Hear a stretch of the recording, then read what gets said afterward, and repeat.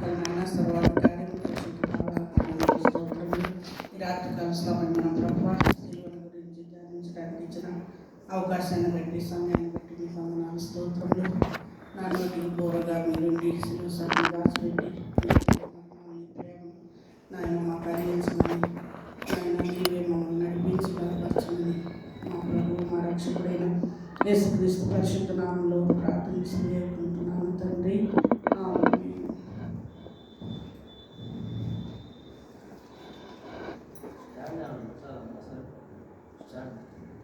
వద్దులు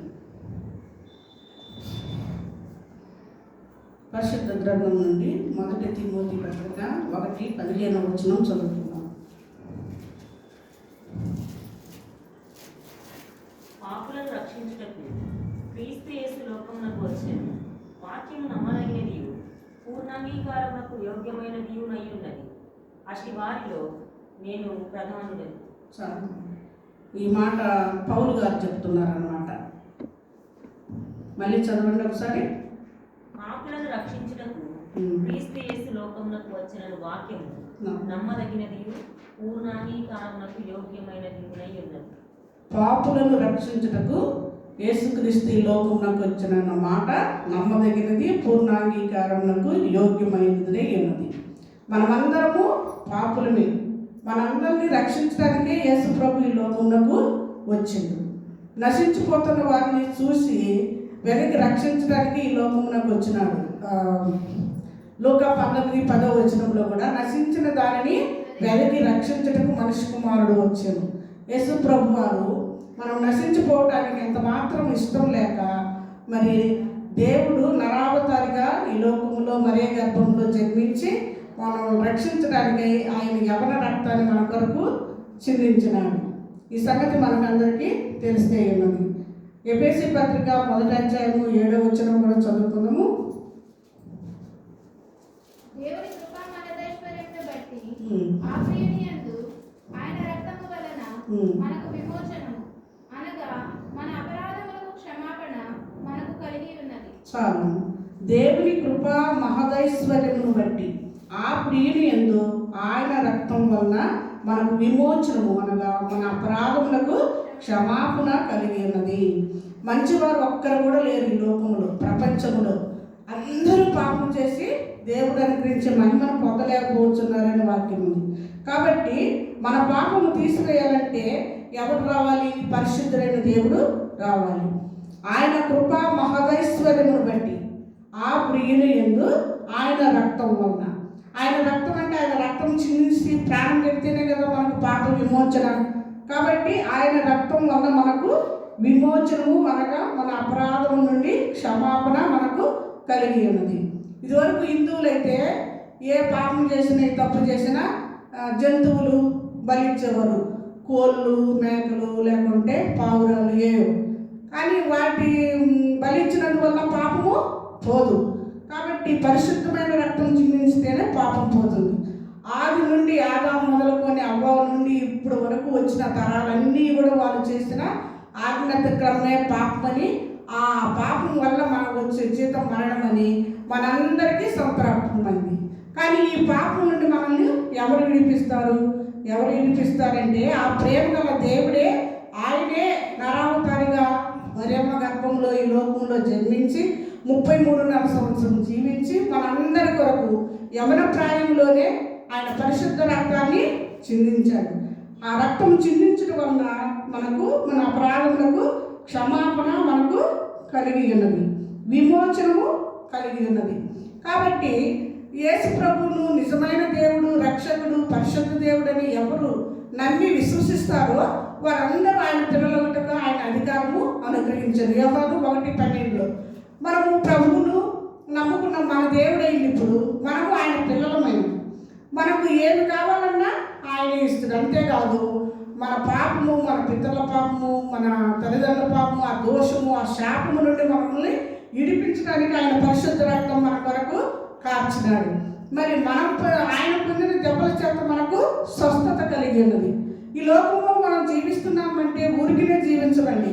ఆయన ఆరోగ్యం ఇవ్వాలా, కంటికి రెప్పలే కాపాడాలా, శోధన బాధల నుంచి తప్పించాలా. ఇవన్నీ మరి దేవుడు ఆయన బిడ్డల్ని మనల్ని కాపాడుతూ వచ్చినాడు. కాబట్టి ఇంత గొప్ప రక్షణ మనము ఎలాగా గలతీ 6:14 కూడా చూద్దాము. గలతీ 6:14. అయితే మన ప్రభువైన యేసుక్రీస్తు శిలువయందు తప్ప మరి దేని యందును అతిశయించుట నాకు దూరమవును గాక. దాని వలన నాకు లోకమునకు నేనును సిలువ వేయబడి ఉన్నాను. ఈ మాట కూడా పౌలు గారే చెప్తున్నారు. అయితే మన ప్రభువైన యేసుక్రీస్తు శిలువ యందు తప్ప దేని యందు అతిశయించుట నాకు దూరం అవును గాక. మనం అనుకుంటాము బంగారము, ఇండ్లు, లేకుంటే మరి ధన సంపదలు, భూములు, బుట్టలు అంతా పెద్ద హోదాలో ఉన్నప్పుడు వాటిని బట్టి మనం అతిశయించకూడదు.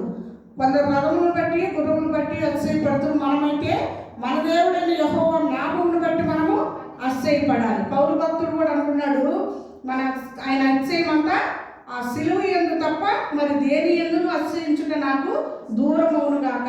మనం కూడా లోకంలో ఏ విషయాలు ఎందుకు కూడా మనసు పెట్టకుండా మన కొరకు ప్రాణం పెట్టి, మన కొరకు దారం పోసి ప్రాణం పెట్టి తిరిగి లేచిన యేసు ప్రభు యందు మనము అతిశయించాలి. ఏ యోగ్యత లేని మనల్ని మనము మా పాపమును మనం ఏమీ పరిహరించుకోలేము. కాబట్టి మనం చేసిన పాపానికి శిక్ష ఆయన భరించినాడు సిలువలో. అయ్యో ఆయన ఇంత శ్రమ వచ్చింది, ఇంత బాధ వచ్చింది అని చెప్పేసి సిలువ వేసినప్పుడు అనుకుంటాం కదా, అయ్యో పాపం అని చెప్పి తల్లి కూడా ఎంతగానో బోధించింది కదా. ప్రభు వారు ఏం చెప్తున్నారంటే, అమ్మలారా, లూకా 23:28 అమ్మలారా నా కొరకు ఏడవద్దు, మీ కొరకు మీ పిల్లల కొరకు ఏడవండి. ఎందుకు మన కొరకు మన పిల్లల కొరకు ఏడవాలంటే, మనము పాపం చేత అపరాధం చేత చచ్చిపోతే ఆ రక్షణ పొందకపోతే మనకు నరకం ఉంది. ఆ నరకం తప్పించడానికి యేసు ప్రభు ఈ లోకానికి వచ్చిండు. నేను మీ కొరకు ప్రాణం పెట్టడానికే వచ్చిన, రక్తం కార్చడానికే వచ్చిన. కాబట్టి నన్ను చూసి కాదు మీరు ఏడవలసింది, మీ కొరకు మీ పిల్లల కొరకు ఏడవండి. రక్షణ లేని వారి కొరకు ఏడ్చి మొరపెట్టి వాళ్ళని రక్షించుకోండి. ఏ భర్త అయితే రక్షణ లేదో భార్యకి ఆ భారం ఉంటుంది. అయ్యా నా భర్త రక్షించబడితే ఎంత బాగుండు, నా భర్త మారు మనసు పెడితే ఎంత బాగుండు. అంటే మారు మనసు రక్షణ లేకపోతే లోకంలో ఉన్నప్పుడు మరి తాగుడు వ్యసనాలకు గురి మరి ఎంతగానో శ్రమలు పెడతాడు ఇంట్లో. మరి భార్యను సరిగా చూడు, పిల్లల చదువులు చూసుకోడు. కాబట్టి ఆయనకి రక్షణ ఉంటే మనందరినీ, పిల్లల్ని, భార్యని, కుటుంబాన్ని ఎంతో ప్రేమగా చూసుకుంటాడు. కాబట్టి మరి భర్త రక్షణ లేకపోతే భార్య మొరపెట్టాలా, భార్యకు రక్షణ లేకపోతే భర్త మొరపెట్టి రక్షించుకోవాలి. యోహాను సువార్త 3:16 చూస్తే, దేవుడు లోకం ఎంతో ప్రేమించెను కాగా ఆయన తన అతిథి కుమారునిగా పుట్టిన వాని యందు విశ్వాసం నుంచి ప్రతి వాడు నశింపక నిత్య జీవం పొందినట్లు ఆయనను అనుగ్రహించాను. ఇక్కడ చూస్తే మళ్ళీ దేవుడు లోకమును ఎంతో ప్రేమించును కాగా ఆయన తన అద్వితీయ కుమారుడిగా, అద్వితీయ అంటే శ్రేష్టమైన కుమారుడిగా మనకు అనుగ్రహించబడిండు. ఆయన ఎందుకు ఇచ్చాడంటే మనము ఆయన నమ్ముకుంటు ద్వారా నిత్య జీవం. ఈ లోకంలో పుట్టిన ప్రతి ఒక్కరు చనిపోవాల్సిందే. ఎటువంటి లక్షాధికారైన, కోటీశ్వరుడైనా, ఎంత ఇదైనా కానీ పుట్టిన వారు ఖచ్చితంగా చనిపోవాల్సిందే. ఈ మరణం అందరికీ ఉంది. కానీ రెండవ మరణం ఉంది. ఆ మరణాన్ని తప్పించడానికి యేసు ప్రభు వారు వచ్చారు. రెండవ మరణం అగ్నిగుండం. కాబట్టి నిత్య జీవము నీటానికి వచ్చిండు ఆ ప్రియుని యందు. కాబట్టి ఈ యొక్క రక్షణ ఆ యొక్క అద్వితీయ దేవుని యందు విశ్వాసం ఉంచడం మాత్రమే వస్తుంది. మరి దానికి వెల ఏం కట్టలేదు. మనము యేసు ప్రభు నిజమైన దేవుడు, పరిశుద్ధమైన దేవుడు, ఆయనలో ఏ పాపం లేదు. అంత మాత్రమే కదా ఆయన చెప్పినట్టుగా నేను చనిపోయి తిరిగి 3వ రోజు లేస్తానని చెప్పిండు. ఆ రీతిగా లేచి 40 దినాలు అందరికి కనపడి ఆరోహణమై వెళ్ళిపోయింది పరలోకానికి. ప్రభు అంటున్నాడు, నేను పోయి మీకు ఆదరణకర్తను పంపిస్తాను అంటున్నాడు. పోయి పంపించిండు. ఆదరణకర్త పరిశుద్ధాత్మ దేవుడే మనల్ని ఇప్పుడు సహాయపడుతున్నాడు అన్నమాట. ఆయన బాగుంటే ఆదరణకర్త రాడు. ఆయన బాగుంటే మనకు మేలు. ఆయన ఇంకేమంటుందంటే, మరి మనుషులారా మీరు ఎలాగ ఆయన ఆరోహణమై పోవుట చూస్తారో తిరిగి ఆ రీతిగా వచ్చేది కూడా మీరు చూస్తారు. ఆయన ఆరోహణుడైపోయిండు, తిరిగి మరలా రానై ఉన్నాడు. మొదటిగా గొర్రెపిల్లగా వచ్చిండు, రెండవసారి కొదమ సింహంగా రాబోతున్నాడు. కొదమ సింహం అంటే అందరికీ భయమే కదా. మరి సింహం అయితే భయం అయితే మరి ఆయన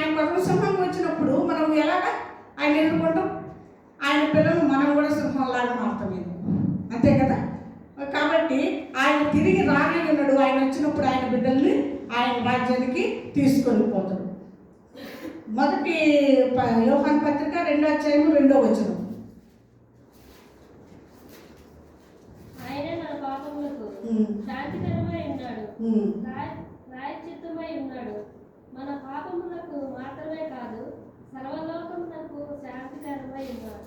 చూసినా, దేవుడు మనకి మన పాపములకు శాంతికరమై ఉన్నాడు. ఈ రోజుల్లో శాంతి సమాధానం లేక అల్లాడిపోతుండ్రు. ఎంత ధనం ఉన్నా, ఎంత మరి కోటీశ్వరులు అయినప్పటికీ అంతా ఉంటాయి, కానీ శాంతి సమాధానం లేక అల్లాడుతున్నారు అనమాట. ఆయనలో ఉంటే ఆ శాంతి, ఆ సమాధానం శాంతికరమై ఉన్నాడు. మనకు మాత్రమే కాదు, ప్రపంచంలో అందరికీ, ప్రపంచంలో జనాభా ఎన్ని కోట్ల మంది ఉన్నారు అందరికీ ఆయన శాంతికరమై ఉన్నాడు. ఆయన మన భక్తులకే కాదు, కానీ యేసుక్రీస్తు అందరికీ ప్రభు అండి. ఈ లోకంలో పుట్టిన ప్రతి ఒక్కరికి ఆయన ప్రభువే. భూత భవిష్యత్ కాలాల్లో కూడా ఆయన ప్రభువే. మరి ఆయన సిలువ వేసినప్పుడు మనం లేవు, మన తండ్రి లేరు, మన తాతలు కూడా లేరు. 2025 సంవత్సరాల క్రితం ఆయన సిలువ వేయబడి చనిపోయినారు. ఇప్పటికీ ఆయన సజీవుడై ఉన్నారు. ఇప్పటికీ మన మధ్య నివసిస్తున్నారు. ఎక్కడ 2-3 ఉంటారు, అక్కడ నేను ఉంటానని మాట అభయం ఇచ్చినాడు. ఆయన మాట తప్పువాడు కాదు. కాబట్టి దేవుని సన్నిధిలో మనం దేవునితో ఉన్నప్పుడు, దేవునితో మాట్లాడుకున్నప్పుడు మన మధ్య నుండి ఆయన ఆలోచిస్తూ ఉంటాడు అనమాట. రోమా 6:23 చదువుకుందాము. రోమా పత్రిక 6:23. పాపము వలన వచ్చు జీతము మరణము, అయితే దేవుని కృపావరము మన ప్రభువైన క్రీస్తు యేసునందు నిత్య జీవము. చాలా పాపము వల్ల వచ్చు మరణం, పాపం వల్ల వచ్చు జీతము మరణం. ఏ పాపం చేసిన ఎవరో తప్పించుకోలేరు. యేసు ప్రభుతో పాటు బందిపోటు దొంగలకు కూడా సిలువ వేసినారు. వాళ్ళు ఆ దినమే చనిపోయినారు. యేసు ప్రభు కూడా చనిపోయినారు. కానీ ఆ పాపం వల్ల వచ్చే జీతం మాత్రం మరణం. ఆ మరణం తప్పిట యేసు ప్రభు చేతుల్లో మాత్రమే ఉంది. ఇంకా చూస్తే యేసు ప్రభు నందు నిత్య జీవం, ఆయన విశ్వాసం ఉంచడం ద్వారా మనకు నిత్య జీవం అనుగ్రహించాడు. ఎంత గొప్ప మాటలు, మరి ఎంత గొప్ప ఆధిక్యత, ఎంత గొప్ప ప్రేమ మన ఎలా చూపినారు. మరి ఒకసారి చదవండి. పాపం వల్ల వచ్చే జీతం మరణము, అయితే దేవుని కృప మన ప్రభువైన క్రీస్తు యేసునందు నిత్య జీవము. మన ప్రభువైన క్రీస్తు యేసునందు మాత్రమే నిత్య జీవం. ఈ లోకంలో దేవుళ్ళు, దేవతలు అనేవారు కోట్ల మంది ఉన్నారు, కానీ యేసు ప్రభు ఒక్కడే నిజమైన, సజీవమైన, సత్యమైన, జీవమైన, పరిశుద్ధమైన దేవుడు. మరణాన్ని గెలిచి లేచిన దేవుడు యేసు ప్రభు ఒక్కడే. ఈ యేసు ప్రభు ద్వారా మాత్రం మనకు నిత్య జీవం. ఈ నిత్య జీవము దేవుడు మనకి అనుగ్రహించినాడు. ఎంత గొప్ప ప్రేమ ఆయనకి కదా. ఇంకా ఎఫెసీ పత్రిక 2:1-2 కూడా చూద్దాం. ఎఫెసీ పత్రిక పాపముల చేతను మీరు చచ్చిన వారై ఉండగా ఆయన మిమ్మల్ని క్రీస్తుతో కూడా బ్రతికించెను. మీరు వాటిని మీ అపరాధముల చేతను, పాపముల చేతను మీరు సచ్చిన వారై ఉండగా ఆయన మిమ్మల్ని క్రీస్తుతో కూడా బ్రతికించెను. చెప్పుకున్నాం కదా, పాపముల చేత, అపరాధముల చేత మనందరము సచ్చిన వారిని. నీతిమంతులు లేడు, ఒక్కడునూ లేడు.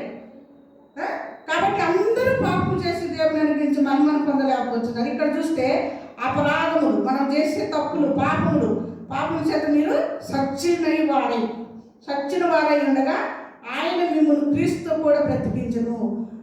వీళ్ళకి నిజంగా సరిపోకపోయినా పాపం చేసినప్పుడు ఆయన ఆత్మీయతలో, మనం ఆత్మలో సచ్చిన వారు. ఒక తప్పు, ఒక పాపం చేసినామనుకో ఆ మనిషికి విలువ ఉండదు అసలు. కాబట్టి ఆయన మిమ్మల్ని క్రీస్తుతో కూడా బ్రతికించింది. యేసు ప్రభు నమ్ముకున్నాం కాబట్టి, రక్షించబడిన ప్రతి ఒక్కరూ ఆ తప్పును తెలుసుకొని, ప్రభు పొరపాటు అయిపోయింది, తొందరపడినాను, జారిపోయినాను, క్షమించునైనా అని చెప్పి పశ్చాత్తాపడతారు. మానవులు కదా, పడకపోతుంటారో జారిపోతుంటారు. వాక్యంలో ఉంది, నీతిమంతులు 7 సార్లు పడిపోయినా తిరిగి లేస్తారు. 6 సార్లు పడినా లేచి క్షమాపణ అడిగితే, 7 సార్లు పడిపోయి తిరిగి క్షమాపణ అడిగితే కూడా దేవుడు క్షమిస్తాడు అనమాట. మనము ఆ పాపం నశించుకోవడం ఆయన ఇష్టం లేదు, కానీ క్రీస్తుతో కూడా మనల్ని బ్రతికించడానికి ఆయన లోకం ఎప్పుడు బ్రతికిస్తుందంటే చనిపోయిన తర్వాత కూడా నిత్యము ఆయన రాజ్యంలో ఉండాలని ఆయన సంకల్పం, ఆయన చిత్తము, ఆయన ప్రేమ. ఆయనతో కూడా కూర్చుండి పెట్టడానికి ఆయనకి ఇష్టమైందంట. మనం దేవుడితో కూడా కూర్చుని పెడితే ఎంత ఆనందం అండి. ఎలా చుట్టూ పెడతాడు? పాపం మీద జయం రావాలి, లోకం మీద జయం రావాలి, లోకానుసారమైన వాటి మీద జయం రావాలి, శరీరానుసారమైన ఆశలు ఇచ్చలు అవన్నిటి మీద జయం రావాలి. పరిశుద్ధ జీవితము జీవించినప్పుడు మాత్రమే ఆయన పిల్లలు. పాపం పట్టుపక్కము మనకు తిరిగి లేచి క్షమాపణ అడుక్కుంటాము. గొర్రెలాగా పొరపాటున పడిపోయింది అనుకో బురదలో, వెంటనే లేచి ఎదురించుకుంటుంది, ఆ బురదంతా కూడా వదిలిపోద్ది. అదే పని అయితే ఆ బురదలో ఆనందిస్తూ ఇంకా సంతోషిస్తూ బుర్లాడుతూనే ఉంటుంది. అంటే ఈ పాపంలో ఇంకా ఇష్టంగా చురుకుంటా భలే ఉంది అనుకుంటారు. కానీ అదే మనం రక్షించబడిన బిడ్డలమైతే గొర్రెలాగా ఎదిరించుకొని మళ్ళా క్రీస్తు రక్తంలో కడగబడి, దేవా క్షమించయ్యా, పొరపాటు అయిపోయింది, జారిపోయినాను, తొందరపోయినానని చెప్పి మళ్ళీ దేవుని క్షమాపణ అడిగితే దేవుడు మరలా దగ్గరకు తీర్చుకోండి, నా బిడ్డ, నా కుమారుడా, నా కుమార్తె. ఇంకా చూస్తే మనము ఫిలిప్పీ పత్రిక 2వ అధ్యాయము 7-8 వచనాలు చూద్దాం. మనుషుల కోరికగా పుట్టి దాసుని స్వరూపమును ధరించుకొని తను తానే రిక్తునిగా చేసుకొని మరియు ఆయన ఆకారమందు మనుషుడిగా కనబడి మరణం పొందినంతగా, అనగా శిలువ మరణం పొందినంతగా విధేయత చూపిన వాడై తను తాను తగ్గించుకుని. ఎంత చక్కని వాక్యం చూడండి ఇక్కడ. మనుషుల పోలికగా పుట్టి దాసుని స్వరూపం ధరించుకొని తను తానే రిక్తునిగా చేసుకుని మరియు ఆకారమందు మనుషుడిగా కనబడి మరణం పొందినంతగా, అనగా శిలువ మరణం పొందినంతగా విధేయత చూపిన వాడై తను తాను తగ్గించుకుని. ఈ తగ్గింపు మనకు ఉందండి. దేవుడు నమ్ముకున్న బిడ్డలకి తగ్గింపు ఉండాలి, ప్రేమ ఉండాలి, దీర్ఘశాంతం ఉండాలి, కోపం అనేది ఉండకూడదు. ఆయన ఆకారమందు మనుషుడిగా కనబడి, అంటే మానవులుగా మనం రక్షించడానికి మానవుల జన్మ వ్యక్తి మరియమ్మకి పుట్టినాడు. మనుషుడిగా పుట్టి కనబడి మరణం పొందినంతగా, శిలువ మరణం పొందినంతగా విధేయత చూపిన వాడే తను తాను తగ్గించుకోలేడు. ఆ రోజుల్లో రోమా ప్రభుత్వం వారు ఏ తప్పు చేసినా, ఏ హత్య చేసినా, ఏ దొంగతనం చేసినా శిలువ వేసేవారు. అయితే ప్రభు వారు ఏ తప్పు చేసినాడు? ఏ తప్పు చేయలేదు. శాపగ్రస్తమైన ఆ శిలువ వేసి చనిపోయేవారు. కాబట్టి యేసు ప్రభు వాళ్ళ మీద కూడా ఎన్నో నిందలు మోపి మేలు పొందినవారు, మరి క్షమాపణ పొందినవారు, తర్వాత రాళ్ళు విసురుగా కొడుతూ ఉన్నారనమాట. సిలువ వేయండి. ఆయన ఏ తప్పు చేయకపోయినా కాముగా అన్ని ఓర్చుకొని సహించుకుంటూ ఆయన దేహమంతా కూడా రక్తసిక్తమైనప్పటికీ బదులు మాట్లాడలే, అంతగా ఓర్చుకున్నాడు. ఎవరి కోసము? మీ కోసం, నా కోసం. అంత మాత్రమే కాదు, ఇంకా పుట్టబోయే వాళ్ళు ప్రపంచంలో ఉన్న జనందరి కోసం దేవుడు క్రైదనం చెల్లించినాడు. అంత పరిశుద్ధమైన రక్తంలో మనం కడిగి పరిశుద్ధులుగా మనల్ని తీర్చినాడండి. ఇంకా చూస్తే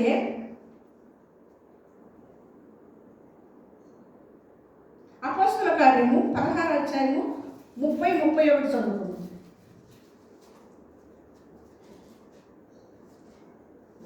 వారిని వెలుపలికి తీసుకుని వచ్చి, అయ్యలారా, రక్షణ పొందుటకు నేనేమి చేయవలెను? అందుకు వారు, ప్రభు అయిన యేసునందు విశ్వాసం ఉంచుము, అప్పుడు నీవును నీ ఇంటి వారును రక్షణ పొందుదురని చెప్పి. చాలు.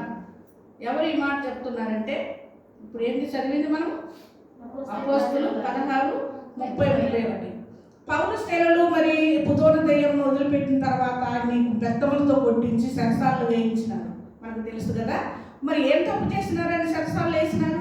ఖైదీలలో ఉండి ఆ మధ్యరాత్రి వేళ లేచి వాళ్ళు ఇంత దెబ్బలున్నా, ఇంత బాధలున్నా, రక్తంలో బొండాలేసి బిగించినప్పటికీ మధ్యరాత్రి లేచి వాళ్ళు పాటలు పాడి దేవుని స్తుతిస్తుంటే పెద్ద భూకంపం వస్తుంది. భూకంపం వచ్చినప్పుడు మరి పునాదులు అదిరిపోయి వల్ల మరి గొలుసులు కూడా బంధకాలు ఊడిపోయినప్పుడు ఆ సరసాల నాయకుడు అడుగుతాడు అన్నమాట ఈ మాట, అయ్యలారా, రక్షణ పొందుటకు నేనేమి చెయ్యాలి? అందరు వెళ్ళిపోయినారేమో, నన్ను కూడా చంపేస్తాను, నా ఉద్యోగం కూడా పోద్దని చెప్పేసి ఆయన ఆత్మహత్య చేసుకోవడానికి కత్తి దూసుకోబోయింది. అప్పుడు పౌలు సేవలు చెప్తారు, అయ్యా నువ్వు ఏ హాని చేసుకోవద్దు, మేమందరం ఇక్కడే ఉన్నాం. అప్పుడు లైట్లు కూడా లేవు, దీపం వెలిగించి తీసుకొని వచ్చి చూస్తాడు. ఖైదీలందరూ కూడా ఈ పౌలు సేవలు చెప్పే వాక్యం ఆలపిస్తూ కూర్చొని ఉంటారండి. ఆయనకి ఎంత ఆనందం వేసింది. నిజంగా దొంగతనాలు చేసి శైలిలో బంధించేస్తే సమయం దొరికింది కదా, తలుపులు తెరుచుకుని బంధకాలు విడిపోయినాయి కదా, పారిపోవాలి కదా, వేగత పారిపోవాలి. కానీ ఇక్కడే కూర్చొని అప్పటికే దేవుని వాక్యం పౌలు బోధిస్తుంటే విని రక్షించబడి మారు మనసు పొంది ఆయన వాక్యం వింటూనే ఉన్నారనమాట. వాళ్ళు కూడా వెళ్ళిపోయి ఉంటే ఈయనకి మరణ శిక్ష కదా, ఇంకా ఉద్యోగం ఉంటుందా? జైలాధికారికి ఉండదు. కాబట్టి అటువంటి టైంలో ఏమంటున్నాడంటే ఆయన జైలాధికారి వచ్చి, అయ్యలారా రక్షణ పొందుటకు నేనేం చేయాలంటే పౌలు భక్తుడు ఏం చెప్తాడు? ప్రభువైన యేసుక్రీస్తునందు విశ్వాసం ఉంచుము, అప్పుడు నీవును నీ ఇంటి వారును రక్షింపబడుతురు. ఆయనకి జైలధికారికి రక్షణ వచ్చింది. అప్పుడే వాళ్ళ గాయాలు కడిగి వాళ్ళ ఇంట్లో తీసుకుపోయి వాళ్ళకి భోజనాలు పెట్టి ఎంతో పరామర్శిస్తారు. కాబట్టి ఇంత గొప్ప మనము ఇంకా చూస్తే ఎబ్రీ పత్రిక 2:3 ఇంత గొప్ప రక్షణను మనం నిర్లక్ష్యం చేసిన ఎడల ఏలాగా తప్పించుకుందుము? అట్టి రక్షణ ప్రభు బోధించుట చేత ఆరంభమై దేవుడు తన చిత్తానుసారముగా సూచక క్రియల చేతను మహత్కార్యముల చేతను కాబట్టి ఏమైనా ఇంత గొప్ప రక్షణను నిర్లక్ష్యం చేస్తే ఎలాగో తప్పించుకోండి. దేవుడి రక్షణ కార్యం అంతా సిద్ధం చేసి మన కొరకు మరి సిద్ధంగా ఉంచిండు.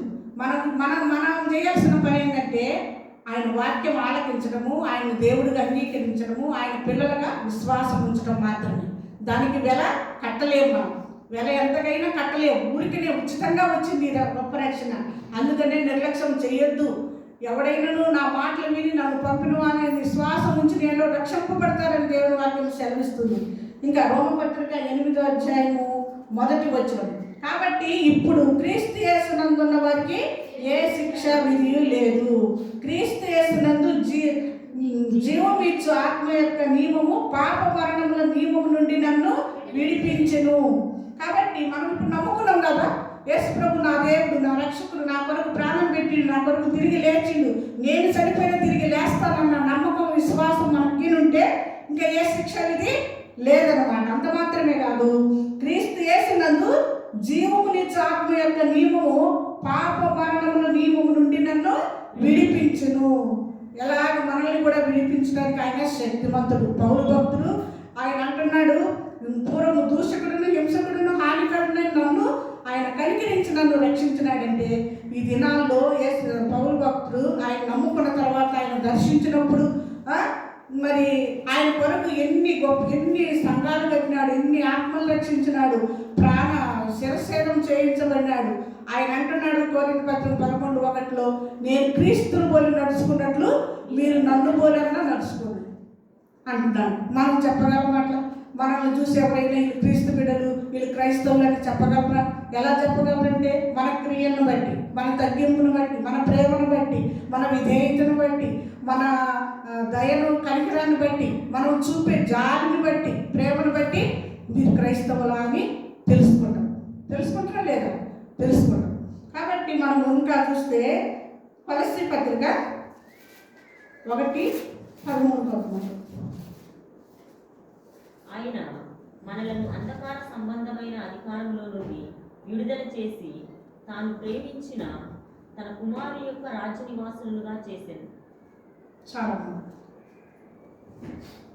ఆయన అంధకార సంబంధమైన అధికారంలో నుండి విడుదల చేసిండు. మనల్ని విడుదల చేసి ఆయన కుమారుని ద్వారా మనకు నిత్య జీవము ఇస్తుందన్నమాట.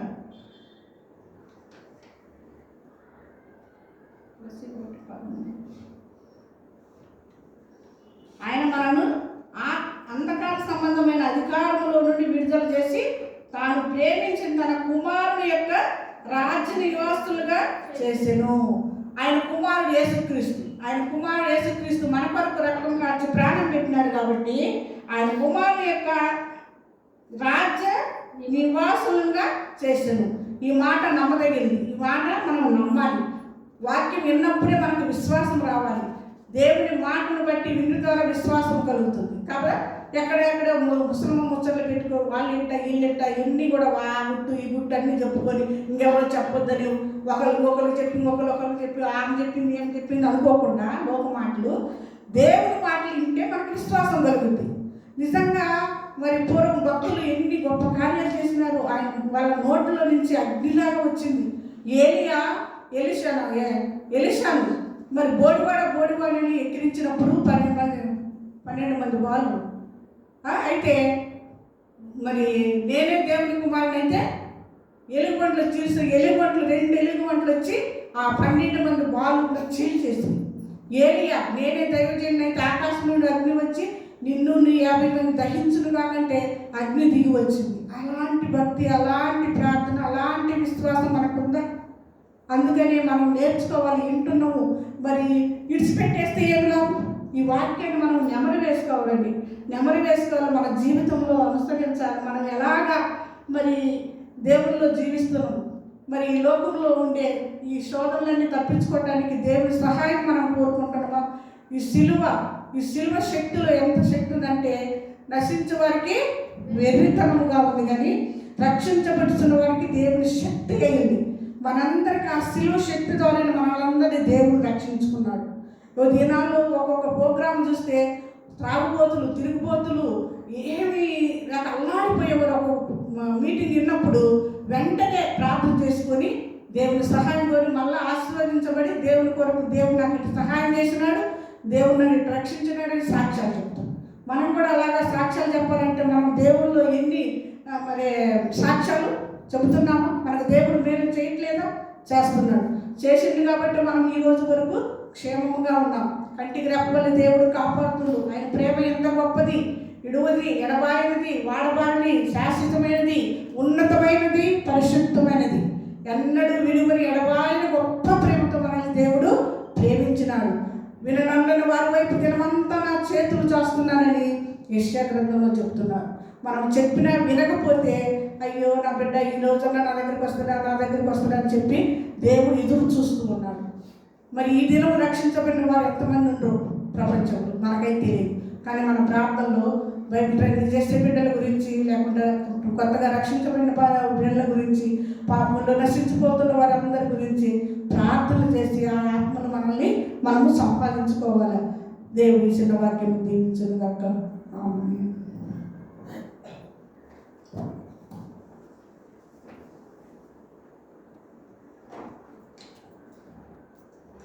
ఈ రాత్రి సందేశం గురించి అనేక విషయాలు మనం జ్ఞాపకం చేసుకున్నాం. సిలువను గురించి ఎఫెసీ 1:7, అపోస్తలుల కార్యములు 16, తర్వాత ఇంకా అనేకమైనటువంటి విషయాలు లూకా సువార్త 19:10, తిమోతికి రాసిన మొదటి పత్రిక 1వ అధ్యాయం 15వ వచనం, ఈ రీతిగా కొలస్సీ పత్రిక 1వ అధ్యాయం 15, ఇట్లాగా దేవుని యొక్క సిలువను గురించి, ఆయన ఇచ్చిన పాప క్షమాపణ గురించి, నిత్య జీవనం గురించి, అంధకార సంబంధమైన అధికారుల నుండి ప్రభు ఇచ్చినటువంటి విడుదల గురించి ఈ సందేశంలో మనం ధ్యానం చేసాం.